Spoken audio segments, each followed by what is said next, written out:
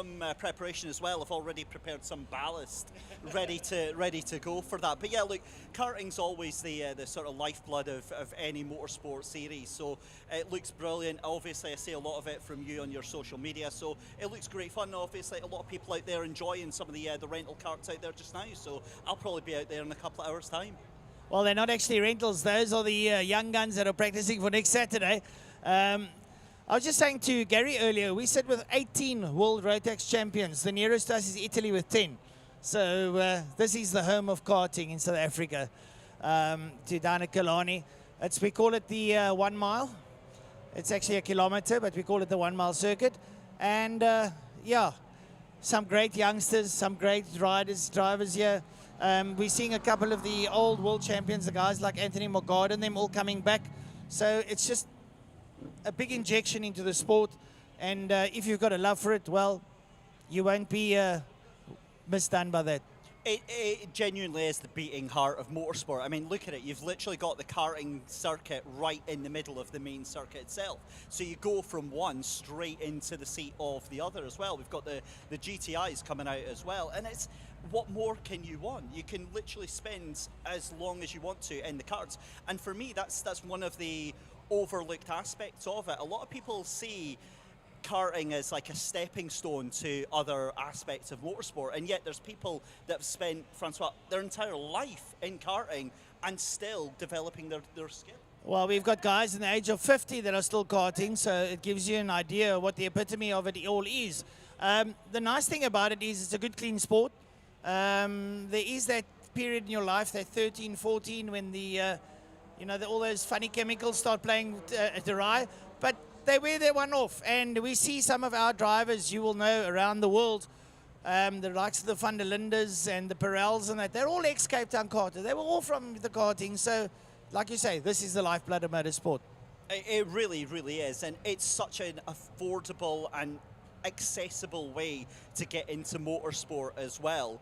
And I say affordable in brackets because obviously you can spend as much as you like on karting as well, but you will never get the thrill of karting anywhere else. And a lot of drivers, they come back to it and they realise what they've missed when they get back behind the wheel. Lovely, David. Well, we're going to break over now to GTI Challenge. Frankie and Gary are going to keep you through that one. But nice to have David here. Yeah, great to have you up here. Nice to see you again, sir, and your lovely wife. And as Francois said, you're always welcome to come and join us. So, Gazza, here we go. With the API Property Group GTI Challenge race number 2. Now, I'm led to believe that they're going to do the 3-light start in this one because the 1-light start was absolutely chaos earlier on this morning. Yeah, well, that actually, to my mind, is a part and parcel of the incident that happened down in Turn 5. They all made it through to Turn 5, but I mean, it was inevitable with them being so close to one another and with the cameras not reacting the way they were supposed to. We unfortunately lost out on a massive amount of action. So now we've got the cameras working properly and we've got a 3-light start, which means we can follow that Class A battle. We can follow that Class B battle. Class A, Shane Williams, Ollie Hinternaus on the invert, starting on the front rather good. Ian Cup, Skull Keltness, John Henry Vaughan did very well in race number 1, and Nathan Victor. But Frankie, that Class B battle's going to be nothing less than what we had in Class A earlier on. Yeah, well, you got Donnie Sundenberg that's there on pole position. You got Wayland Forskenk that is in there. Behind him, you got Sean Liebenberg. And then that's where the problem starts, because then you've got Zach Leyden that's going to be in that fight as well. Zaki Hendricks will be back. Mohammed Kalfi will be back. The other Forskenk car will be there, Wayland Forskenk, and probably the other Sundenberg car as well. So that's Wayland Forskenk with the door open and closing there. So it's going to be hectic. And then the original Brat Pack will be behind them in Class C. Yeah, the Class C, it looks like they've got some of those cars going again. So Daniel Mooner from Mark Fontini on the front row, Conor Jabir from Israel Davids, and then Devon Dreyer and Flash Finneran. Then Tristan Jabir, Ross Schroeder. I don't think they're all going to be out there. Ijaz Majid and Khamal Din I think that's of the cars that's broken, that is down by Park Vermeer. And just a quick footnote of that incident that happened in Fostron Corner. Tristan Hubert was saying he couldn't put any weight on his foot and it didn't look good at that time. They did take him to hospital, x-rays were done, thank goodness, no broken bones, just very, very badly injured ligaments. So thank goodness for that, because it could have been a lot worse. Well, the car took a massive hit on the right-hand front door. Wow, some of the guys not realizing that it is a three-light start, and unfortunately there's going to be a bit of penalties that's going to be involved with that one. So Class A, it's going to be through turn number 1, through Blockcoin. Here comes the rest of Class B. Obviously, the car that pulled away too quickly will be classed as a jump start. But let's have a look at this Class C battle for a change as they come down into Blockcoin. Yeah, well, we'll have a look and see as they race down towards Blockcoin, turn number 1. It is a slightly less Class C field than what we're used to, but all those Golf 1s are in there as they circulate out of Blockcoin Corner onto the Hubert Straight and towards Castrol. And as they do that, the Class A cars are busy working their way through turn number 4, through Saddle Sweep, the double right-hander. They will come into view now as that Hardy Dart just gets out the way in time as they come down towards us. And it's Nathan Victor. Nathan Victor from Skalkie Geldenhuys sitting out there in P1 and P2 as they work their way down that back straight. The Kalani straight into Pertamina Fostron. And the two of them are side by side as they work their way through, and it's a 3-way fight. No, Nathan Victor is in third. Victor is in third. The 71 car is in P3, not in P1. As a matter of fact, it is Ollie Hintenhuis. He is the man that is in P1 in Class A. And here comes the Class B battle. Remember, there was the one jump start, so that one will fall by the wayside. That is the balance of Class B. Let's pick them up as they go down in towards Blockcoin Corner. Oh, what a rumble that one's going to be there in Class B. Mohammed Kalfi, well, he did the jump start, Kalfi. So here we go as they come through. It's Wayland Volkskenk. It's Liebenberg, it's side-by-side stuff, Sandenberg, Hendricks, Harris, the other Sandenberg, Leiden, as they all work their way through, and Mohammed. Here comes the Class C fight, and Daniel Muna and Mark Fontini are going one-on-one. There was a 10th between the two of them when they started that lap. Ross Schroeder, that was also involved in the race 1 incident, sits P17 and third overall in Class C. And Mark Fontini has made his way ahead there of Daniel Muda. So Schroeder a slightly distant third, and then Dreyer in behind that. Class A, side by side as they go down. Can Hintenhuis possibly hold on? Well, he's right in there on that front row of the grid. Geldenhuis has had a brilliant race number 1. How will it go for him for race number 2? The Class A cars, John Henry Vaughan finds himself in that 4th position. Cup is right in there as well as they go down towards Blockcoin Corner, closing off that inside line. Now diving towards the outside, John Henry Vaughan, and Cup in 4th and 5th. What an absolute rumble. There was a 10th of a second between Geldenhuis and Victor, and 200ths of a second between Victor and Hintenhuis. 8/10ths of a second between Hintenhuis and Vaughan, and only 5/10ths of a second between Vaughan and Cup. That is how close Class A is as we watch this Class B battle raging out of Blockcoin Corner. Well, Volkskenk from Liebenberg, remember it was a jump start by Kalfi, right onto the grass, both of them as they work their way through. Hendricks, the two Sandenbergs, Harrison, Leiden have not been able to make their way through yet. Keeping an eye on Class C, that's heading up towards Castrol Corner. We'll have a look at them now as we watch these guys go through. Class C has been led there. Is that Fontini? Yes, Mark Fontini is in the lead, but we go back to Class A. That is racing down that Kalani Straight towards Pertamina Fostron, turn 5. And through Fostron they go. That's Geldenhuis from Victor, from Hintenhuis, but that can change at a blink of an eye. Those cars look pretty much identical. We need the Class C cars. Here they come onto the almost Golden Highway as they work their way around. It's Mark Fontini And he's got the API cars right in there behind him. As Mark Fontaine, he's got Muna, Schroeder and Dreyer in that fight as well, followed there by Davids and Ferroli. Very, very tight as they work their way through. But I personally think that we're going to have a look at that Class A battle in the not too distant future, because that is one that's raging on. But look at this, the Class B battle.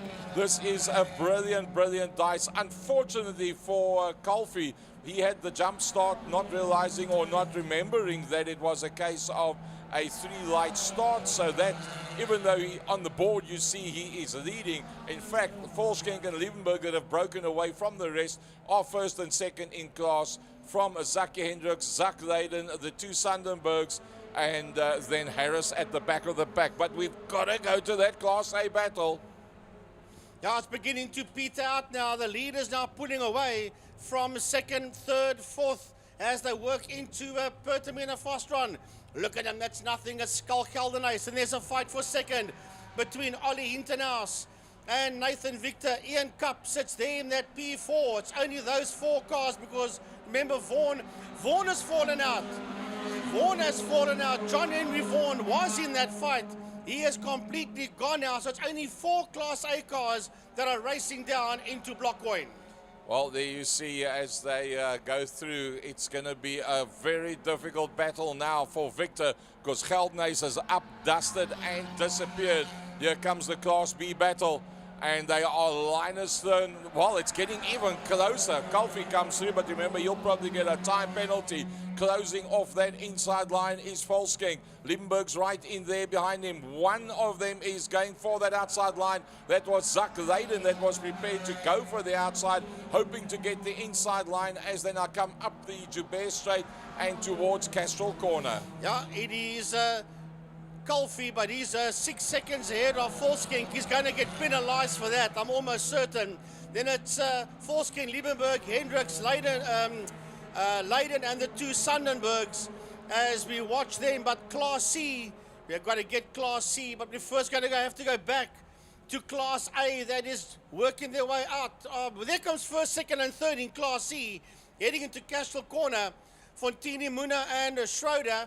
Then it's a bit of a gap before we see 4, 5, 6 and 7 come through for Ollie, Dreyer, Finneran and Davids as the Class A cars race towards turn 1 Blockhoyn. Yep, down towards Blockhoyn they come, and Geldenhuis is doing a disappearing trick, although Nathan Victor does appear to be a touch slower. 1.2 seconds with 3 laps to go. That's not out of his control. Hintenhuis has got a bit of a gap on Cup. Cup didn't have too great a race. Number 1, he'll be looking to get at least a top 3 with this. But look at this Class B battle. This is the battle of race number 2. Volkskenk, Hendricks, Liebenberg and Leyden. That is 2, 3, 4 and 5 on track. That is 2, 3, 4 and 5 coming through. That is Volkskenk, Hendricks, Liebenberg and Leyden. Not too far behind them is the father and son Sandenberg combination, and that is those 2 cars at the back. Oh, there's a big off. Oh my goodness, I saw a car fly through the air there.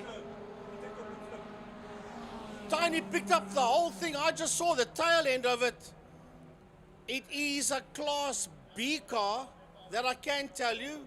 The car's moving out the way on its own steam, so that is a good thing at least. But my goodness, the driver managing to get that car out the way. However, we've got to go back to exit of Blockhoyn Corner because the Class A cars are coming around to start their second last lap. We'll pick them up at the exit of Blockhoyn. Geldenhuis, Victor, Hintenhuis and Cup in that order. Yeah, they come into view now. All 4 of these cars on the Joubert Straight. Geldenhuis, Victor, Hintenhuis and Cup racing towards Castrol Corner. Oh, I tell you what, all of them are exceptionally good. There is no doubt about it. Let's have a look at that Class B. The man that jumped the lights, Calfee, that's him coming through. Now, Volkskenk back into that second in class. Zak Leyden with the car that's on the inside line, and he's going to hold on to that position. Leiden ahead of Zaki Hendricks, the two Sundenbergs in there behind that as they work their way up towards Castrol Corner. First, second, third, fourth, fifth and sixth all in one group. But we've got to have a look at this Class C battle again. Yeah, Fontini, Muna and Schroeder as they work their way into Blockcoin Corner. Then there's a Class B car that's pulling off. Here comes Adriano Ferrari. Oh, there's contact between Dreyer and Finneran. Devon Dreyer and Flashman Finneran contact in Blockcoin Corner. Somewhat of a late dive going in there, but once you're committed, you're carrying that speed. There's nothing much that you can do. Once you've committed, you've got to just hold on and make the best of it. Leaders into turn one, last lap. So this is the final lap as we watch the leaders working their way out. That's Class A out of Blockcoin Corner and into Castrol, being led there by Geldenhuis, Victor Cup and Hintenhuis. And this is the last lap for the Class A drivers. That's Cup working his way through the screen. Here comes Mohammed Kalfi. But behind Kalfi is where this fight is on, and it's not done yet. They're making their way into Blockcoin Corner, and it is Volskink, Leiden, Zaki Hendricks as they exit. Then Donnie Sundenberg Jr. and Senior as they work their way onto the Joubert Straight. With the Class A cars going down the back straight, Class C is heading into Blockcoin, but we're going to go back to Class A as this is the final lap. Yep, the last time they worked their way through Pertamina Fastron, and what a dice it was. It's petered out a little bit now, it's opened up, but it was a brilliant race for us to watch and to commentate for you. And it's going to be Geldenhuis from Victor, from Cup, first, second and third across the line. So having said that, I think now's a good time for us to go to that Class B battle coming down the Kalani back straight. Sorry, Gaza, Mohammed Kalfi retired out of the race. He pulled off. I think he realized that he was possibly going to have a penalty. All right, so this is the battle now for the lead in the class. It's Zak Leiden that's on that inside line, and he gets worked right towards the outside. Hopefully they don't make contact as they come up towards the line. Frankie, take Class B across the line. Right, yeah, they come down towards us. These guys are absolutely side by side across the line. And it is going to be Volskink, Leiden, and Hendricks across the line. And there is not much. There is 1,000th of a second between Volskink and Leiden, and 2/10 of a second between Leiden and Zaki Hendricks.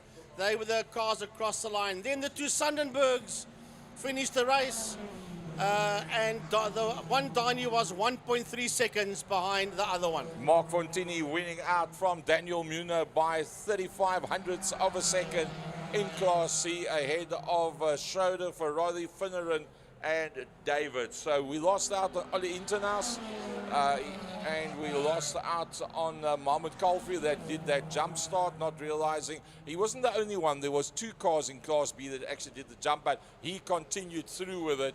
We lost out on John Henry Vaughan, who had a brilliant race number one, laying in fourth position for a long time in race number one. Unfortunately not been able to complete race number two. API Property Group GTI Challenge, race number 2 for the day. Well, I want to look at that car that did the roly-poly. It's on the way back. I think it might be the 75 car of Sean Liebenberg. Unfortunately, the camera doesn't pan that far, and by the time we picked it up, it was right on the edge of the camera shot. So I somehow don't think we're going to get any replays of that. No, but Tiny picked that up. I just saw the end of it. But I will say one thing. Sean Liebenberg started the car, drove it out the way, and at the checkered flag, fired the car back up again.